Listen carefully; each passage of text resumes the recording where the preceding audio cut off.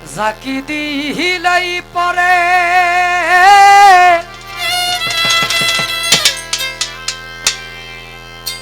প্রেম করছিলেন ওয়াইসকুরুনি না দেই কানো বিজি রে প্রেম কি কবু গাছে ধরে রে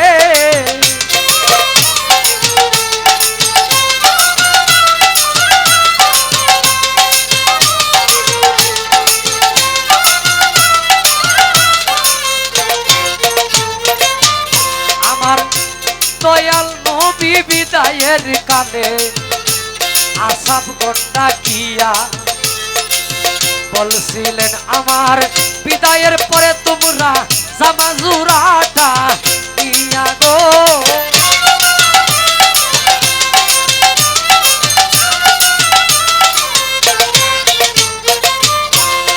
নবী বলে ওয়াশকুরুনি নামেই গো পাগলা তোমরা রে জানাই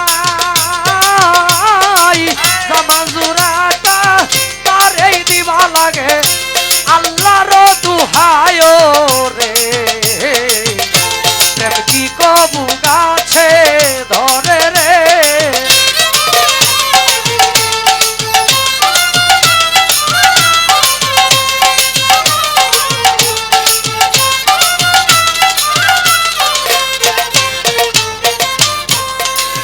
কয়েকদিন পর নবীজি যখন আমার ওফাত করিল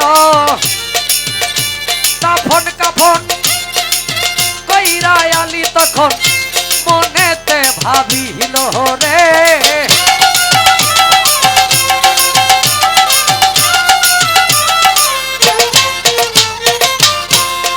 আলি বলে উদ্দেশ্যতে থাকে রে পাগলা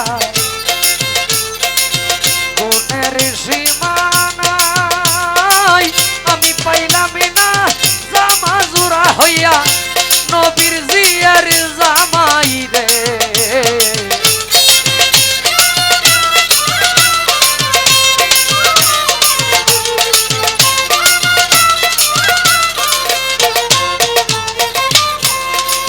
কাফন কাফন কইরা দয়ালি রওনা দিল করে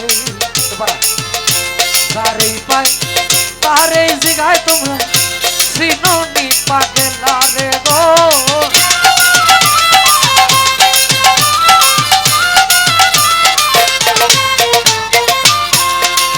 কিছু দূরে গিয়া গোয়ালি কিছু উঠের রাখালে পাইল রাখাল গণের কাছে আলি জিজ্ঞাসা করিল রে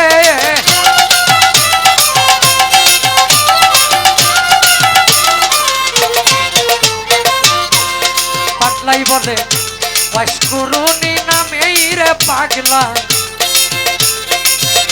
তোমরা রে জানাই জানলে পাগলার খবর ভালো লাগে আল্লাহর দুহায় রে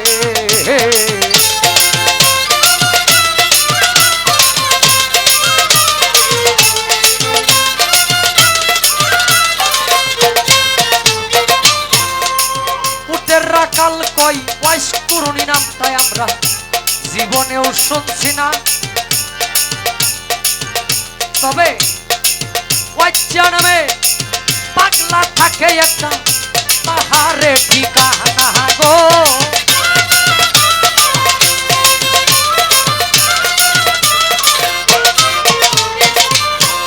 রাখালে কয় যেই দিন হইতে এই পাগলা ঠাই আইছে আপনার সর্বনাশ পাগলা রে দেখিয়া আমরা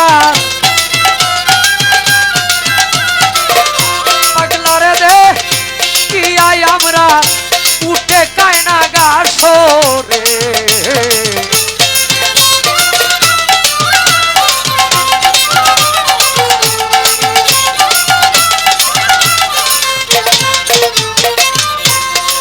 হযরত আলী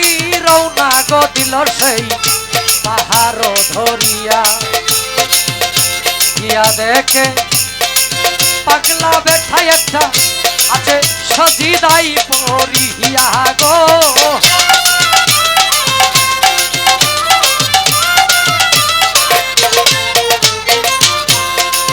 আসসালামু আলাইকুম কইয়া আলী যখনই দাঁড়াইলো ওয়ালাইকুম আসসালাম কইয়া পাগলা মাথাটা বাসাইলো গো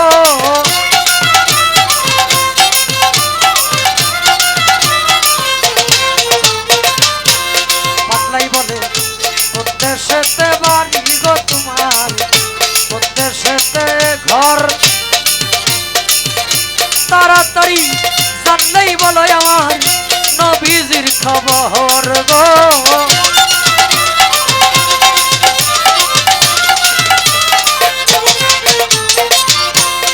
আলী বলে মদিনাতে বাড়ি গো আমার মদিনাতেই ঘর আমার সুরজনী হয় দিনের পয়গাম পর গো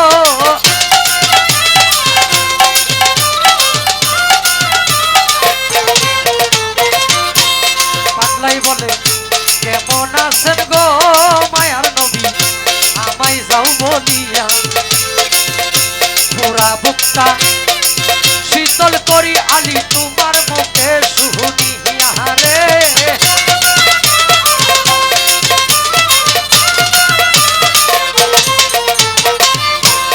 আলী বলে শ্বশুর আমার পৃথিবী হইতে গেছে বিদায়ী হইয়া এই দিন আপনার জামা জুড়াই আমি আপনারে যাই দিয়া রে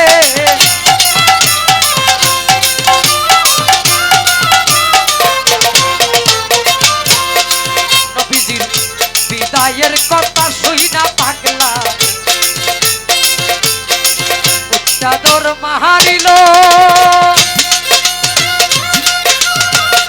বিরাট এক জঙ্গলের মাঝে সজিদাই পরিল রে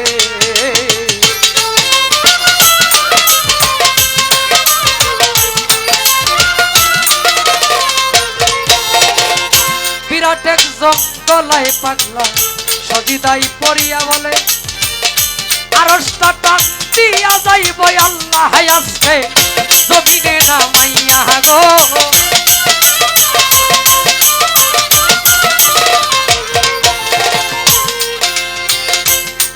সময় আল্লাহ বলে মাতা বাসাও ওরে পাগলা তোমায় বলি বিনয় করে আজকে নবীর বদল যাও তুমি যাব তোমায় দিয়ে রে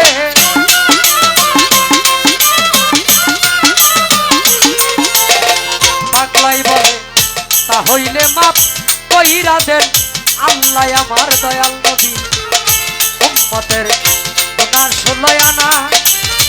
আল্লাহ বলে মাফ করলাম যাও গুনাহ ছাড়িয়া না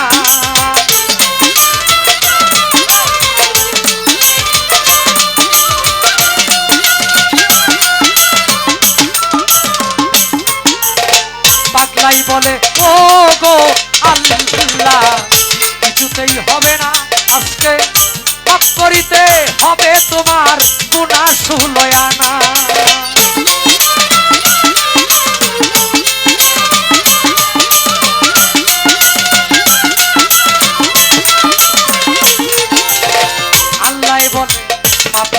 দিলাম রে পাগলা গুনায় আশ্রয় না পাগলাই বলে ও গো আল্লাহ আমি মাথা ভাসাইতাম না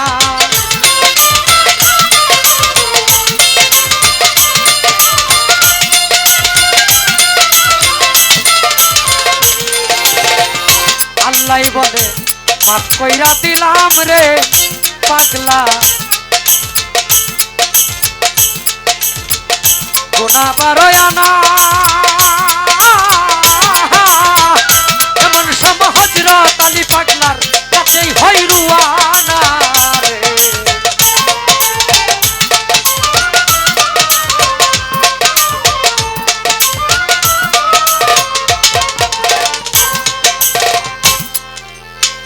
12 আনা তথা 14 আনা গুনাহ যখন ওয়াইস আল কারণী পাগলায় আমার দয়াল নবীর উম্মতের মাফ করায়া লইল, এমন সময় হযরত আলী পাগলার কাছে আবার উপস্থিত হইল। আলী বলে, এই নিন আপনার জুব্বা জোড়াটাই আপনার যাই কইয়া আমার দয়াল নবীর হুকুমে এই জামা জোড়ায় আপনাই দিয়া আমি আলী আমার দেশে যাই চলিয়া। পাগলাই বলে, কি সর্বনাশ করলে রে আলী, অসময় ডাক দিয়া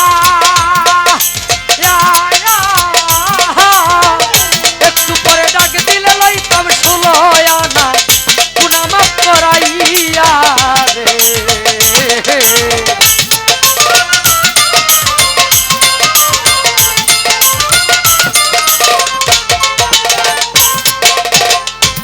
জামা জোড়া নিয়ে গেলেন। হযরত উমর রাদিয়াল্লাহু তাআলা আনহুর কথা আসছে, মুতাত্তরে হযরত আলী রাদিয়াল্লাহু তাআলা আনহুর কথা আসছে। তখন আমার দয়াল নবী বললেন, আমি যখন পৃথিবী থেকে চলে যাব, আমি চলে যাওয়ার পরে ওয়াইস কুরুনি নামে একজন পাগল আছে, আমি তাকে কথা দিয়েছি আমার এই জুব্বা জোড়াটা তার কাছে পৌঁছায়া দিতে হবে।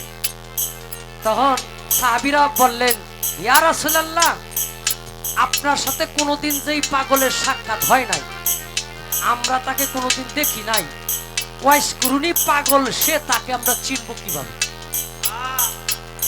তখন আমার দয়াল নবী বলে, দক্ষিণ দিকে ইয়ামিন শহরে করুন নামে স্থানে সেই পাগলের বসবাস। সাহাবীরা বলে, আমরা বুঝতে পারলাম, কিন্তু সে যে ওয়াইস কুরুনি পাগলা, লাখো লাখো মানুষের ভিড়ে আমরা তাকে চিনব কিভাবে? আমার রাসূলুল্লাহ কইলেন, শোনো হযরত আলী, শোনো হযরত উমর, সেই পাগলের সমস্ত শরীর ব্যাধিগ্রস্ত ছিল, সমস্ত শরীর ভালো হয়ে গেল, তার হাতে এক ধরনের ব্যাধির দাগ রয়ে গেল, তাকে দেখলেই তোমরা চিনতে পারবে, সে সদা সর্বদাই সেজদা অবস্থায় থাকে। উটের রাখাল মরুভূমিতে উট চড়ায়, উটের রাখালের কাছে জিজ্ঞেস করে, আপনারা কি ওয়াইস কুরুনি নামে কোনো পাগলকে দেখছেন? আপনাদের এলাকায় থাকে? উটের রাখাল কয়, মানে একজন পাগলের নাম অত মানুষ সঠিকভাবে কইতে চায় না, ভালো মানুষের নামই তো মানুষ, মানে মোহাম্মদ আলী, মোহাম্মদ রাজ্জাক মিয়া, হ্যাঁ আব্দুর রহমান, অনেকে রহমান নাম আছে না, রহমান যদি বলেন আপনার কবিরা গুনাহ হবে, হুজুরের কাছে যাই না নিবে, আব্দুর রহমান বলতে হবে, রহমান নামটাই একা আল্লাহর নাম, ইয়া রহমানু ইয়া রহমান, সরাসরি এই যে একজনের নাম রহমান, এই রহমান ভাই বলা যাবে না, তাহলে আল্লাহরে ভাই ডাকা হয়ে গেল। আব্দুর রহমান বলতে হবে, আব্দুল খালেক বলতে হবে, খালেক আল্লাহর নাম, আব্দুল জব্বার বলতে হবে, জব্বার আল্লাহর নাম। আমরা কিন্তু অজান্তেই অনেক গুনার বোঝা মাথায় নিয়ে ঘুরি। একজন ভালো আলেমের কাছে, একজন ভালো কামেল পীরের কাছে এগুলো জানতে হবে, কারণ আমরা ইবাদত কিন্তু এত সোজাভাবে কামাই করা যায়, আবার এটা নষ্ট হইতেও 1 মণ দুধের মধ্যে 1 ফোঁটা সেনাই যথেষ্ট। তখন জিজ্ঞেস করলেন, আপনারা কি ওয়াইস কুরুনি নামে কোনো পাগলকে দেখছেন? তখন উটের রাখাল কয়, ওয়াইস কুরুনি নামে কোনো পাগলকে দেখি নাই, তবে ওয়াইট জিয়া নামে একজন পাগল আছে, এই পাহাড়ে অনেকদিন যাবত আসছে, সেই সেজদা অবস্থায় থাকে, কি জানি কি ছোট, কি জানি কি আস্তে, কি জানি কি জপে, সেই পাগল কি জানি কি জপে, ওই দিন থেকে আমাদের সর্বনাশ হয়ে গেছে, তার দিকে শুধু তাকায় থাকে, আমাদের উটগুলা ঘাস খায়। হযরত ওমর, হযরত আলী চিন্তা করলেন, এটাই ওয়াইস কুরুনি পাগল।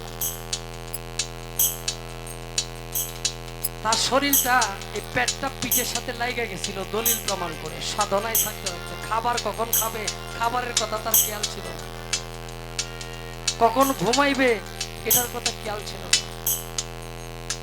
আল্লাহর প্রেমে এমন প্রেমিক হইয়া, আমার রাসূলের আশিক হইয়া সে নিজের জিন্দেগি এই রাস্তায় দিয়ে দিচ্ছে। আমরা বাবা নবীজির উম্মত দাবি করি, কাল হাসরের দিন আমার নবীজিরে যদি ডাক দেয়, ইয়া রাসূলুল্লাহ আমি আপনার উম্মত, আমার নবী যদি ঘুরে না চাই যে তুমি আমার জন্য দুনিয়াতে কি করছো, আমার কোন সুন্নতটা তুমি মানছো, আমার কোন সুন্নত দ্বারাই তুমি নিজেরে পরিচালিত করছো, আমি তো কোনো কিছু বলতে পারি না। আপনার 5টা সন্তান আছে বাবা, 5টা সন্তান যদি, একটা সন্তান যদি আপনার কথা না শুনে, তাহলে কি সেই সন্তানকে আপনার সন্তান বলে দাবি দিতে ভালো লাগবে? আপনার একটা সন্তানের জন্য আপনি দেশ বিদেশের মানুষের কাছে অপমানিত হইলেন, লাঞ্ছিত হইলেন, তাকে কি আপনার সন্তান বলে দাবি দিতে পারবেন? যেই রাসূল আপনার আমার জন্য জীবনে সুখ করে নাই, আমার আল্লাহই বলছে, ইয়া রাসূল, হে আমার বন্ধু, হে আমার হাবিব, আপনি যদি চান আপনাকে আমি আমার আরশ মহল্লায় রাখবো, আপনি পৃথিবী থেকে চলে যাওয়ার পরে। আমার নবীজি কয়, আপনি আমারে এই বাবা, গান সারা জীবনই হয়, সুরে গান হন, কথা বললে কথা হন, সকলকে আমি ভক্তি রাখি। আমার রাসূল বললেন যে আপনি যে আমাকে আরশ মহল্লায় রাখবেন, আমার উম্মতগণ মারা গেলেও কি তাদেরকে আরশ মহল্লায় রাখবেন? আমার আল্লাহ কয় না, কথাই না, আমি আরশে থাকতে চাই না, আমার উম্মত যেই মাটিতে ঘুমাইবো আমি তুই সেই মাটিতে। আমার নবী আপনার আমার জন্য জীবনে সুখ করেন নাই, জীবনে সুখ করেন নাই। যেই নবীজি শাফায়াত না করলে পৃথিবীর এমন কোন মানুষ নাই যেই মানুষটা কাল হাসরের দিন পার হবে। আমার আল্লাহ আমার মতো নাফরমানি বান্দাকে তখনই রহমত থেকে বিতাড়িত করে দেয় যখন আমি আমার নবীর সুন্নত অনুযায়ী চলি না, যখন আমি আমার নবীজির হাদিস মানি না, যখন আমি আমার আল্লাহর কুরআন মানি না, তখন আমার আল্লাহ কয়, যা, আমি তোকে আমার রহমত থেকে বিতাড়িত করে দিলাম, তোর যা ভালো লাগে তুই তা কর। একদিন ঠিকই রশির মাধ্যমে প্রাণ দিয়ে আমার কাছে আবার নিয়ে আসবো, তখন পাই টু পাই হিসাব আমি আল্লাহ তোর কাছ থেকে আদায় করে দেব। পাগলা ওয়াইস করুনি, পাগলা হযরত আলী জামা দিলেন, তখন জিজ্ঞেস করে, আপনার এই বয়সে মুখের সমস্ত দাঁত পড়ে গেল, আমি আলী বিষয়টা বুঝলাম না। তখন পাগলায় কয়, স্বপ্নে শুনছি আমার দয়াল নবী, মায়ার নবীর সেই উহুদ যুদ্ধের ময়দানে দুটি দন্ত মোবারক গেল শহীদ হইয়া। আপনি যারে আপনার প্রাণের চাইতে বেশি ভালোবাসেন, সে যদি সারাদিন অনাহারে থাকে, আপনি কি খাইবেন? আপনার ভিতরে যাবে আপনার একটা সন্তান, সে যদি সারাদিন অনাহারে থাকে, বলবেন আমার সন্তান সারাদিন খায় নাই, আমি বাবা হয়ে কেমনে খাবো? আপনার মা সারাদিন খায় নাই, আপনাকে জন্ম দিছে, সেই মাকে রাইখা আপনি কেমনে খাবেন? সে তো সারাদিন অনাহারে আছে। একজন বন্ধু, একজন প্রেমিক, সে আশেক প্রেমিক, যার মতো প্রেমিক পৃথিবীতে আর একটাও হবে না। তখন কয়, স্বপ্নে শুনছি আমার দয়াল নবী সেই উহুদ যুদ্ধের ময়দানে দুটি দন্ত মোবারক গেল শহীদ হইয়া। কোন দন্তটা শহীদ হইছে আমার দয়াল নবী জানি, কোন দন্ত বাংলে কেমন ব্যথায় আমি সন্দেহ করিয়া প্রথমে একটা বাংছে, তখন চিন্তা করলো সামনের এই দন্তটা বাংলে তো এরকম ব্যথা, সাইডেরটা বাংলে জানি কিরকম ব্যথা লাগে, আমার দয়াল নবী জানি কেমন কষ্ট পাইছে। সন্দেহ করতে করতে 32টি দন্ত, একটি একটি করে 32টি দন্ত আমি দিয়াছি ফালাইয়া। আমি নবীর পাগল দাবি গো করবই কেন,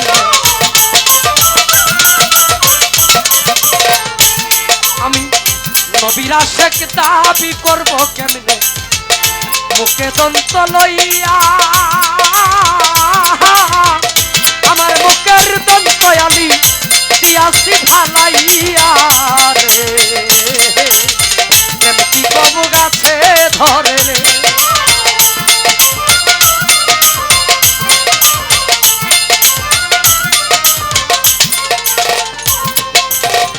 কারোর সাথে সাথে এই সারা রাত্রে গান যাবে না। এই যে গান শুনলেন, কারো সাথে এই গান গিয়া কাল হাসরের দিন কবরে আপনার সাক্ষী দিবে না। মান রাব্বুকা, তোমার রবকে গান বলবে না, আমার রব ছিল আল্লাহ। মান দিনুকা, তোমার দিন কি ছিল, আমার এই রাত্রের গানে বলবে না, আমার দিন ছিল ইসলাম। মান নবিউকা, আমার এই গান বলবে না, আমার নবী ছিল হযরত মুহাম্মদ সাল্লাল্লাহু আলাইহি সাল্লাম। কথা বলবে আপনার আমার ভালো যেই কর্ম, আপনার আমার জবান শক্তি নিয়ে নেওয়া হবে, অঙ্গকে জবানদারি করে দেওয়া হবে, প্রত্যেকটা অঙ্গ আপনার সাক্ষী দিবে। আপনার আমার কোনো কিছু বলার ক্ষমতা থাকবে না। যেমন দুনিয়াতে মিথ্যাটাকে সত্য বলি, যেমন জায়গায় নিয়ে রাখে। আপনার বাবার এরাইকে আসছেন না, অনেকের বাবার এরাইকে আসছেন না, কোন জায়গায় রাখছেন কোনো খবর নিতে পারেন? নিতে পারেন? কোনো সিস্টেম আছে? সিটি, মোবাইল, কোনো মানুষ আইসা বলে যে আপনার বাবা এমন আছে? আপনি মারা গেলে, আমি মারা গেলেও একটা বন্ধ ঘরের ভিতরে ঢুকলে দম যেমন বন্ধ হয়ে যায়, 3.5 জায়গার ভিতরে আপনাকেও রেখে আসবে, আমাকেও রেখে আসবে। এখানে ঘরের ভিতরে যদি একটু অজ্ঞান হয়ে যান, পাশের ঘরের মানুষ আইসা তুলে যে ভাই কি হয়েছে, মাথায় পানি দে, ডাক্তারের কাছে নিয়ে যায়। কিন্তু ওই জায়গায় যখন ধরা খেয়ে যাবো, এমন কোনো শক্তি পৃথিবীর নাই যে শক্তি আপনাকে আমাকে দিয়ে ওই জায়গা থেকে উদ্ধার করবে। কত মানুষ দেখেন আশেপাশে রাইকে আসছেন, হাওর অঞ্চলে দেখি গুরুস্থানের বড় করে করা হয়েছে, পানির নিচে চলে যান, 2 মিনিট দম বন্ধ করে রাখতে পারি না, সারা জীবন পানির নিচে কবর। আপনার আমার সবার বেলায়। তাই সাধক চান্দা সাহেব গান লিখেছে, ওরে ভাবনা নাই মনে রে বুঝিবা, মরিলে কবরে শুয়াইব যে দিন জঙ্গল আরবি, তরে রে বুঝিবা মরিলে।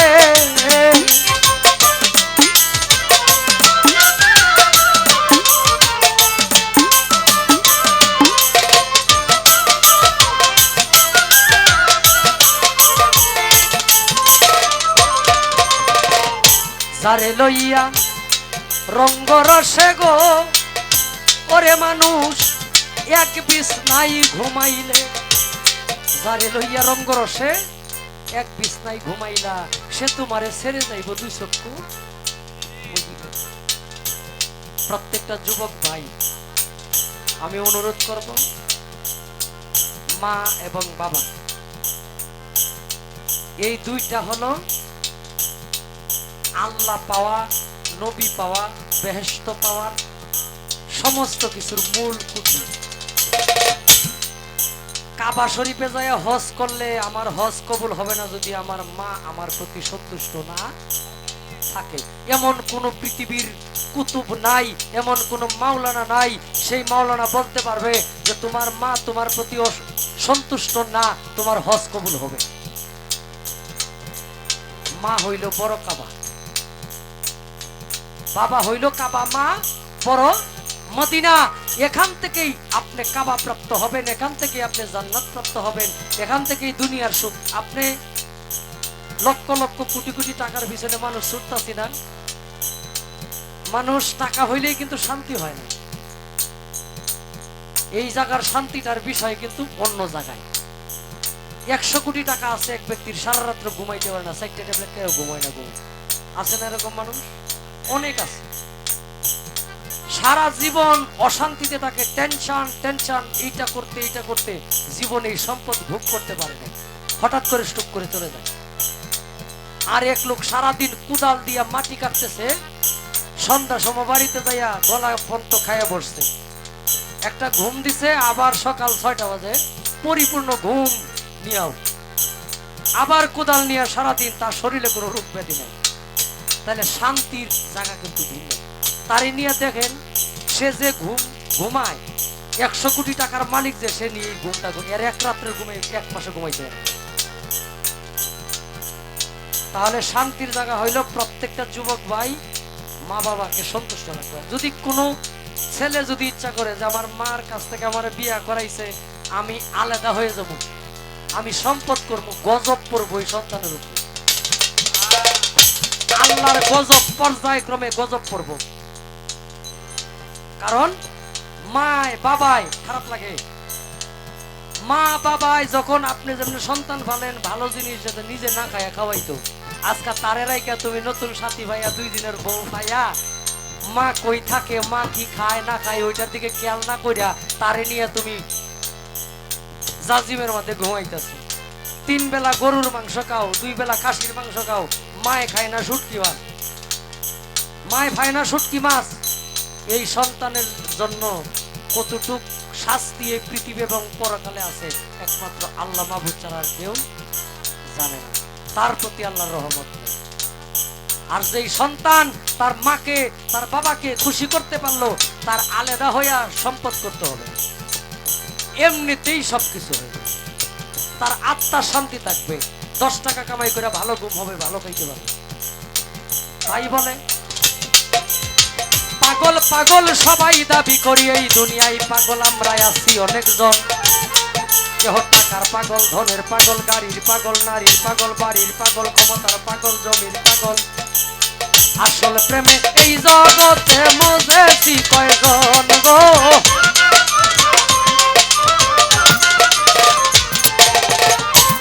মানারাফা নাফসাহু ফাকাদারা নাফসাহু, নিজকে নিজে আগে চিনো। যেই ব্যক্তি নিজেরে নিজে চিনতে পারছে তার আর আল্লাহ চিনা বাকি থাকে না। তাই বলছে পাগল, আল্লাহ বলছে বাম সাইডে একটা রোগ আছে, একজন আলেমের কাছে জিজ্ঞেস করবেন, আমি শিল্পীর কথা নাও মানতে পারে, এই বাম সাইডে একটা রোগ আছে, এটাকে শাহরগ বলে, শাহরগ পবিত্র কোরআনে বলছে। আল্লাহ কয় আমি তোমার শাহরগের চাইতে অতি নিকটে, তুমি কি আমাকে দেখো না? আমি আমার এই চোখ দ্বারা দেখতে পাচ্ছি, কারণ আমার কর্ম নাই, আমার কর্ম নাই, আমার কর্ম খারাপের কারণে চোখ নষ্ট হয়ে গেছে, দিল চক্ষু নষ্ট হয়ে গেছে, কর্ণ নষ্ট হয়ে গেছে খারাপ শুনে, মুখ নষ্ট হয়ে গেছে খারাপ বলে, এখন আর আমি ডাকলেও আমার মাওলায় শোনে না। তাই বলছে আসল পাগল যার যার এই চিনল না রে।